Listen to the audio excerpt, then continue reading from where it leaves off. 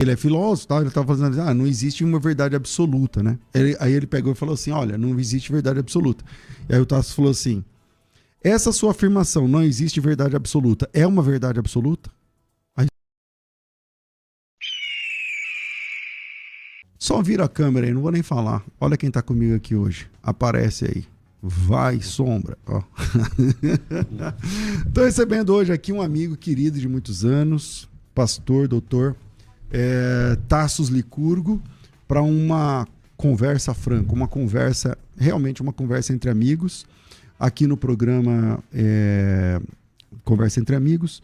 Tassos, muito bom te receber mais uma vez. Olha, você é um das pessoas que participam dos nossos programas que mora mais longe e ainda assim que é sempre frequente aqui no nosso programa. Seja muito bem-vindo. Pastor César, é sempre uma alegria renovada estar aqui na sua presença, uma alegria, um amigo muito querido, cujo ministério eu admiro muito.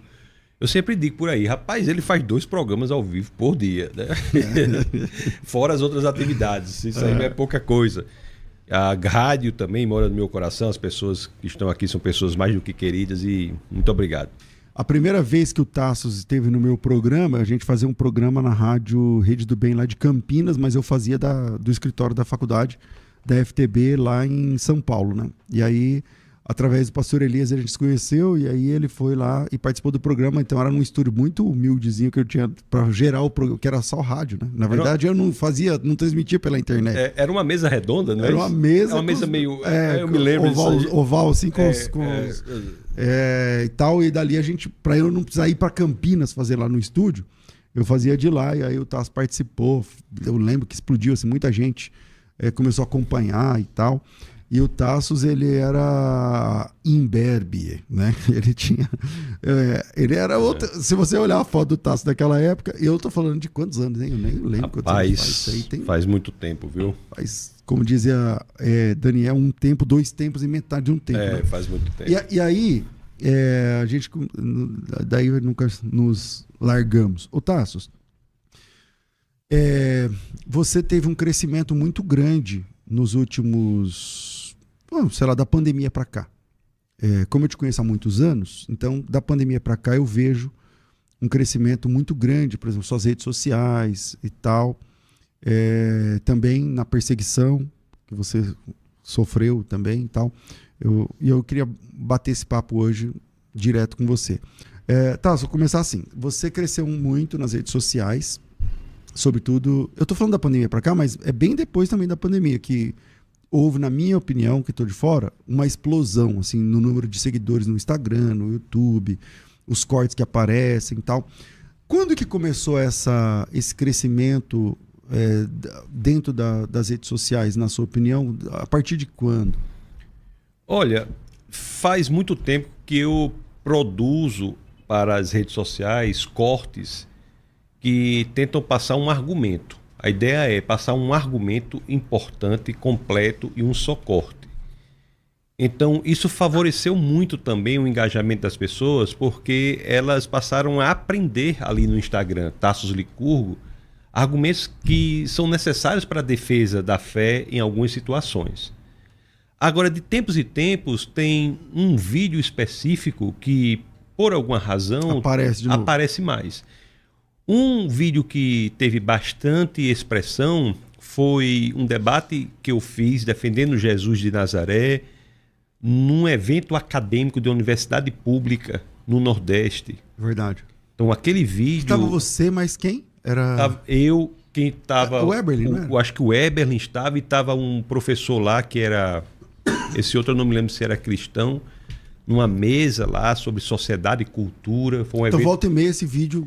foi uma pessoa que trabalha comigo, que viabilizou, promoveu, ele trabalha comigo até hoje, o professor Bruno Gomes. É um professor até para você entrevistá-lo aqui mais à frente, se ele estiver por aqui, eu aviso. Então, assim, foi esse vídeo. Depois houve outros vídeos, né? Que Então, o primeiro vídeo assim que eu creio que sim. Foi esse. Aliás, teve o primeiro de todos. O Café Filosófico. Café Filosófico foi. Filosófico, porque esse é bem mais antigo. Esse eu tô bem novo. É verdade, é verdade. O Café Filosófico tá lá no meu YouTube até hoje. Você entra lá, Tasso Licurgo no YouTube, tá lá, Café Filosófico. Eu era bem novo e foi um argumento muito importante, porque foi também na universidade pública. Foi. Então, a pessoa que entrevistava e de maneira muito competente a entrevista, porque colocava os pontos, praticamente um mini debate. Eu vou mandar aqui, eu não sei como é que eu coloco aqui. Bota Tasso Licurgo Café Filosófico. Não, pega aí o link que eu mandei, por favor, Cláudio. Vê se dá pra... Só pra gente, não precisa nem ter o som, mas só pra você colocar aí uma parte, se der. Me dá um toque. Isso aí era muito novo. Esse é o primeiro que viralizou, na verdade. Foi. Faz muitos anos. Então, isso tem uns 20 anos? Talvez 20 anos, por aí. Que eu já estou defendendo a fé nas universidades. É isso aí. Então, ali, as pessoas foram expostas a um argumento que se sustenta... Um argumento que você usava ali, eu conhecia já esse argumento, minha área apologética, né? Eu já conhecia esse argumento. Mas você usou esse argumento nesse Café Filosófico com muita precisão. E o argumento foi o seguinte, eu não vou lembrar exatamente o momento, o contexto imediato, mas ele falava assim... deixa eu me lembrar, se a verdade, porque ele é filósofo, tá? Ele estava fazendo, não existe uma verdade absoluta, né? Aí ele pegou e falou assim, olha, não existe verdade absoluta. E aí o Tasso falou assim, essa sua afirmação, não existe verdade absoluta, é uma verdade absoluta? Aí acabou, né? Aí dá uma tela azul, né? Tchan, acabou. Então eu conhecia esse argumento, que é a ideia de que o que você fala não se sustenta diante daquilo que você mesmo propõe, mas você usou de uma forma muito interessante lá. E de uma maneira mais acadêmica, por exemplo, David Hume, ele diz que todas as afirmações devem ser ou logicamente aceitáveis ou então empiricamente verificáveis. Mas essa afirmação não é nenhum nem outro. Não bate. Exato. Então, você aplicar a afirmação a ela mesma, isso coloca a afirmação em xeque, porque se ela não passa pelo crivo que ela mesma estabelece, deve ser jogada fora. Aí acabou. Vê a imagem aí desse debate, aí você nem vai lembrar que é o Tasso. Dá uma olhada aí. Solta aí o vídeo, vamos ver se dá. Tem áudio? Não vai dar. Vamos ver.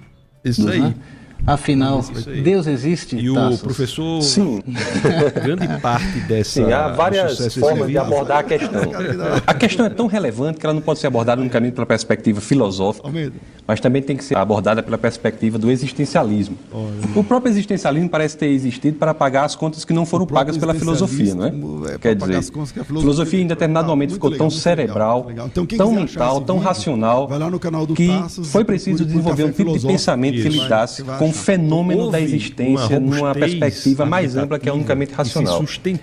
Eu acho que nós podemos enfrentar essa questão, professor, por essas duas vertentes. Uma filosófica, propriamente, e outra numa vertente existencialista. As pessoas ficaram que você destaca da filosofia. Da filosofia. Mesmo em ambientes hostis. Do ponto de vista filosófico, as principais questões, os principais argumentos para a existência de Deus podem ser tripartidos assim.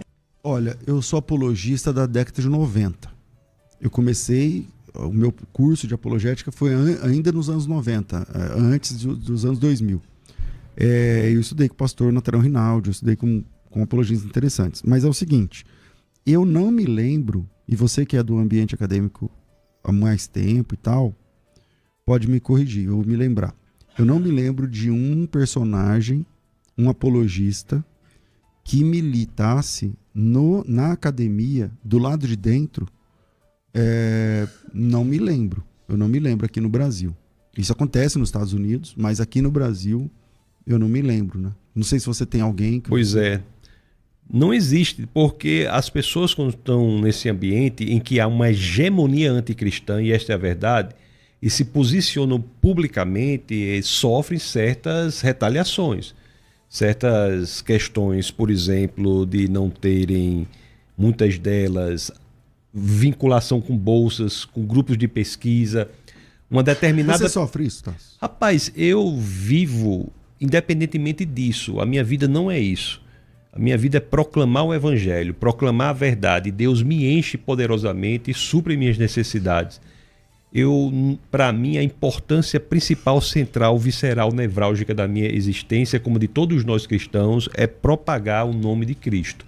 Então, isso é mais importante do que tudo. Então, mas você é um professor de uma universidade federal.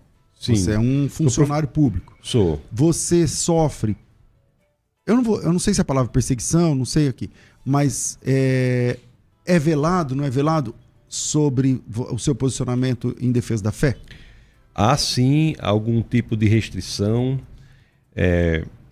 no que diz respeito, por exemplo, à participação em bancas de concurso, no que diz respeito, por exemplo, à participação em pós-graduação, em grupos de pesquisa, em bolsas, etc, etc. Para você ter uma ideia, tem uma determinada professora que fez um evento comigo contra o evolucionismo em uma igreja, uma professora de uma determinada universidade pública. Após isso, eu publiquei o vídeo, e quando eu publiquei o vídeo, ela ligou para mim imediatamente pedindo: Tassos, pelo amor de Deus, tire esse vídeo do ar. Porque se o vídeo estivesse lá e as pessoas do departamento dela vissem o posicionamento dela contra a evolução, ela seria fortemente prejudicada no departamento dela, que no caso era da área de saúde, biologia, etc, etc. Isso é um fato. Mas eu também devo dizer, pastor César, que por maiores que sejam esses obstáculos, em nada se comparam com o que os nossos irmãos cristãos passam em tantos lugares. Você sabe que o século XX... A perseguição é brincadeira de criança, é brincadeira de criança. Então eu fico do... até meio constrangido em dizer algo desse tipo, dizer que há um tipo de perseguição que não possa ser superado. Fica parecendo mimimi já, né? É mimimi. O que nós temos, na realidade, é um problema seríssimo no que diz respeito à sedução. A igreja seduzida. Me fala disso. No último livro que eu lancei, nós estabelecemos ali as duas formas de ataque do inimigo de nossas almas. Uma é essa da perseguição, que é comparável ao que fazia o faraó no Egito. Perseguição, submissão, à força.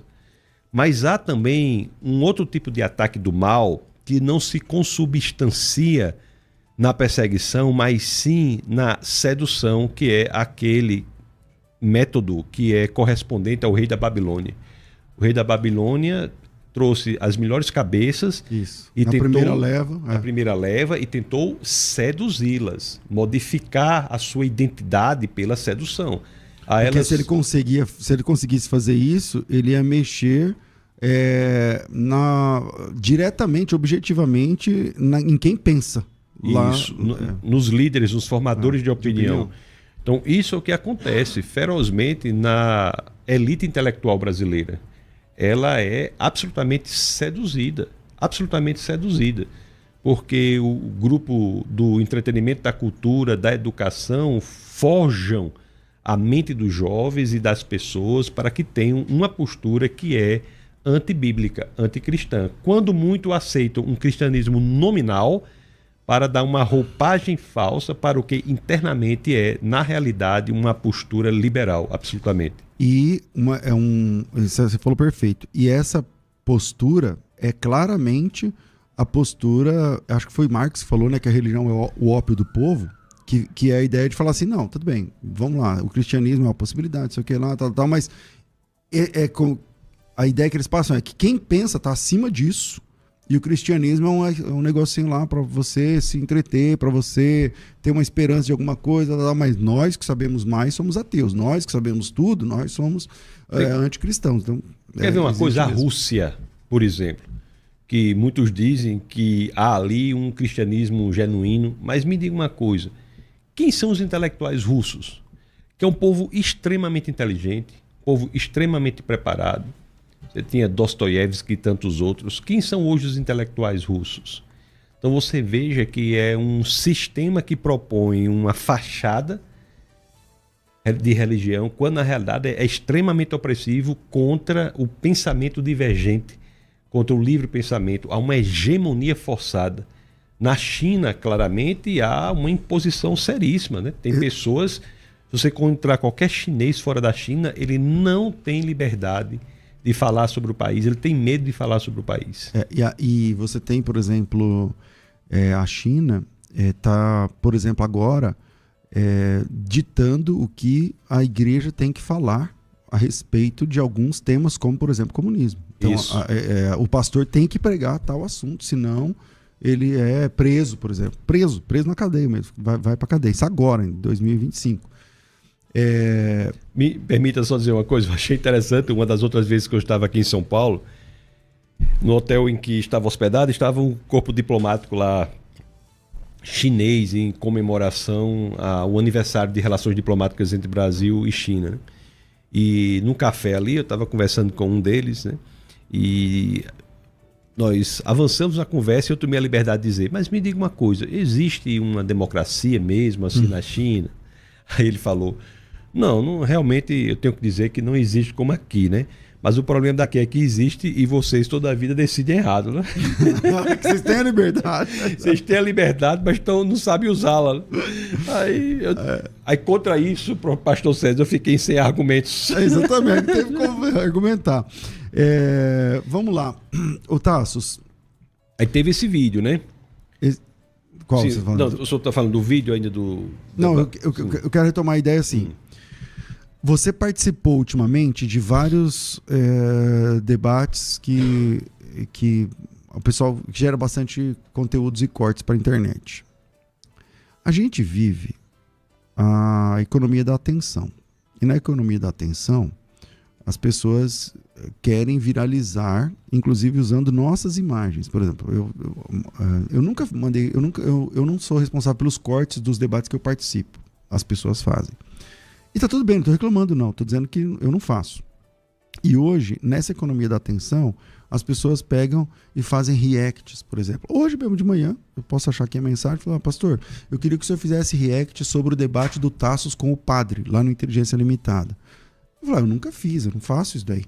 Porque na minha opinião, nem sei se eu tô certo, mas na minha opinião, tipo assim, eu vou ficar surfando numa onda que não é minha, que eu não criei, que eu não trabalhei por isso. E aí eu vou pegar o seu debate, um momento que você foi bem ou você foi mal, e ficar ali fazendo caras e bocas, na minha opinião, não sei o quê. Não acho que é produtivo. Mas esse é o mundo que nós vivemos agora, né? Como que você se coloca nesse novo mundo da mídia, Tassos, dos cortes, dos pedaços, como você se vê? Me coloco da seguinte forma, eu não me preocupo com as respostas que são dadas nos comentários, por exemplo, porque são respostas, em grande parte, absolutamente irracionais. É como um time de futebol. As pessoas são a favor, são contra e esperam que um debate haja uma briga. Um debate, na realidade, é para ser uma colocação de ideias sobre a mesa e um diálogo sobre aquelas ideias, uma questão de ideias unicamente. Então, se você for ser pautado pelo que as pessoas comentam, você vai enlouquecer. Porque aquela pessoa que no momento é a favor, no outro dia é contra, no outro é a favor, e é visceralmente a favor, visceralmente contra, visceralmente a favor novamente. Uhum. Então, como é que eu me pauto? Eu simplesmente busco agradar a Deus. É isso que eu faço. Eu tento expor as minhas ideias, tento embasá-las, tento fazer isso com respeito, moderação, equilíbrio. Eu tento fazer isso. Agora, as consequências disso fogem do nosso controle. Agora, quando termina, por exemplo, termina um debate, aí você, porque assim, eu não sei você, eu nunca te fiz essa pergunta, então vamos lá, eu saio no debate, aí eu volto, caramba, eu podia ter falado desse argumento aqui, ou então podia ter colocado desse jeito aqui. Que coisa você lida com isso aí? Eu tenho uma dificuldade muito grande de debater com pessoas que têm visões de mundo com base nas escrituras. Não é o meu perfil. Eu não gosto de debater com pessoas, por exemplo, que são cristãs ou que se baseiam na Bíblia, mesmo católicos. Eu não estou ali para destruir uma pessoa. Não estou ali para fazer isso. Eu estou ali para demonstrar que há certas incongruências que podem ser aprimoradas, há certos erros que podem ser consertados. Eu estou ali para isso. Então, o que nós fazemos nesses ambientes... Você prefere debater com pessoas antagônicas à fé cristã? É porque o nosso papel é qual? O nosso papel é saquear o inferno e povoar o céu. Nosso papel é esse. Então, eu tenho muito cuidado. Eu jamais vou debater com você, por exemplo. Jamais vou debater com você. Embora nós tenhamos visões diferentes em alguns pontos, né? O pré-tribulacionismo, pós-tribulacionismo, eu jamais vou aceitar um debate. Por quê? Eu estou chegando a essa conclusão que a gente tem que ter muito cuidado em dividir o reino, em fogo cruzado. Porque quando o debate é feito de forma correta, não tem problema. Mas muitas vezes as coisas vão para um âmbito pessoal. No debate com o padre foi uma tranquilidade incrível. Nós saímos bem, conversamos, no final deixamos claro que não houve nenhum problema pessoal. Nada disso. Mesmo assim, algumas pessoas acham que houve desrespeito de uma parte. Que você outra. Humilhou ele em tal momento que ele te humilhou. Que não sei o que. Não isso tem não essa ocorreu. Isso não ocorreu. Então, assim, é um mundo que você perde o controle das consequências, do que vai ser feito daquilo. Existe um campo de estudo psicológico que está sendo talvez negligenciado pela academia, que é exatamente entender as reações das pessoas na internet. Ontem mesmo eu participei de outro debate, um debate sobre a existência de Deus. O tema era Deus existe? Você foi convidado para um debate com o tema Deus existe. Deus existe? É a sua área, né? Aí é minha área. Eu trabalho nessa área, em conservadorismo e estudos bíblicos. Aí, no debate lá, um dos debatedores queria debater sobre confiabilidade das escrituras. Se podemos debater, podemos, mas nós temos que esgotar os argumentos aqui.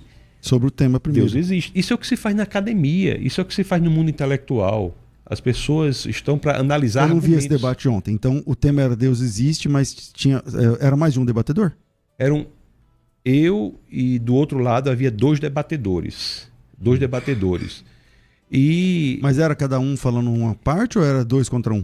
2 contra 1. Que também não tem problema.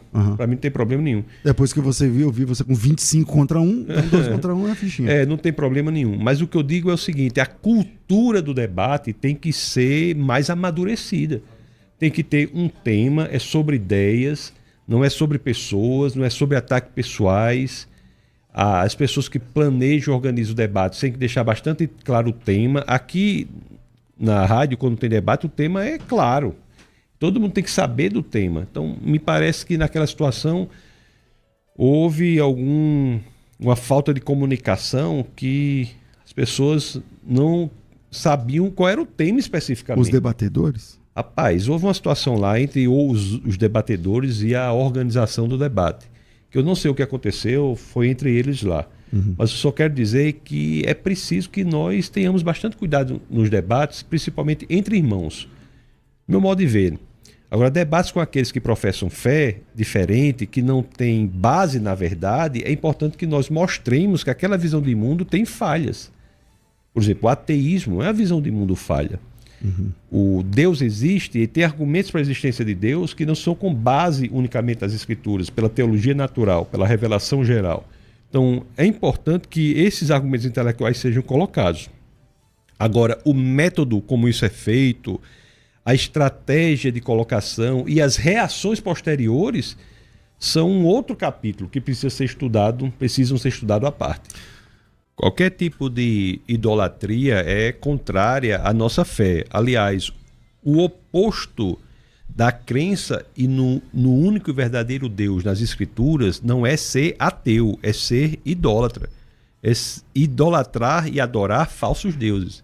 Então, qualquer elemento que fique no lugar de Deus vai fazer com que você se afaste do Senhor. O que não é dizer que você não possa jogar futebol sem idolatrar o futebol. Que você não possa fazer qualquer atividade sem idolatrar aquela atividade, desde que seja lícita, seja moral, etc, etc. Maravilha. Quer fazer uma pergunta pro Tasso? Meu Deus, já passou meia hora. Já tá na metade. 984849988. Vai, vamos mais uma antes do intervalo, vai. Vai, igreja. A paz do Senhor, aqui é o Carlos Benhur, de Búzios, Rio de Janeiro. Eu só queria pontuar no debate lá com o padre. Eu assisti todo, eu só senti falta do pastor Tarso em confrontar o padre sobre a santidade de Maria, né? Se ela teve relação com José ou não. Eu acho que só faltou isso naquele debate. A paz do Senhor aí para vocês. Fiquem com Deus. Bora aí, Tasso. Muito interessante essa colocação, mas veja bem, o nascimento virginal de Jesus é algo com que nós concordamos, os católicos concordam. Que ela teve relações sexuais com José após, penso eu, não é um elemento que venha a somar no sentido de convencer as pessoas do catolicismo que estejam fora da fé no único e verdadeiro Deus a ter. Existem pessoas, penso eu, no catolicismo que são salvas, desde que entreguem o seu coração ao Senhor e professem que Jesus é seu único e suficiente Salvador, eles encontram a salvação. Então eu, no debate com pessoas, repito, que tem por base as Escrituras, eu sou muito cauteloso. Eu não quero trazer questões que, a meu julgar, não tem uma importância específica em trazer pessoas para o reino. As questões, por exemplo, contra idolatria, eu as trouxe, questões contra a suficiência das Escrituras, essas questões todas foram colocadas, mas outras que eu considero que não são essenciais para que a pessoa seja salva, eu, de fato, quando debato com pessoas que têm por base as Escrituras, eu procuro não fazê-las. Se você quer mandar uma pergunta, você vai falar direto com o Tassos, 984849988, só manda direto, igual fez agora o Carlos de Búzios. O cara mora lá em Búzios, né, tadinho? É Benhur. O Benhur lá é de Búzios, né? Então, vamos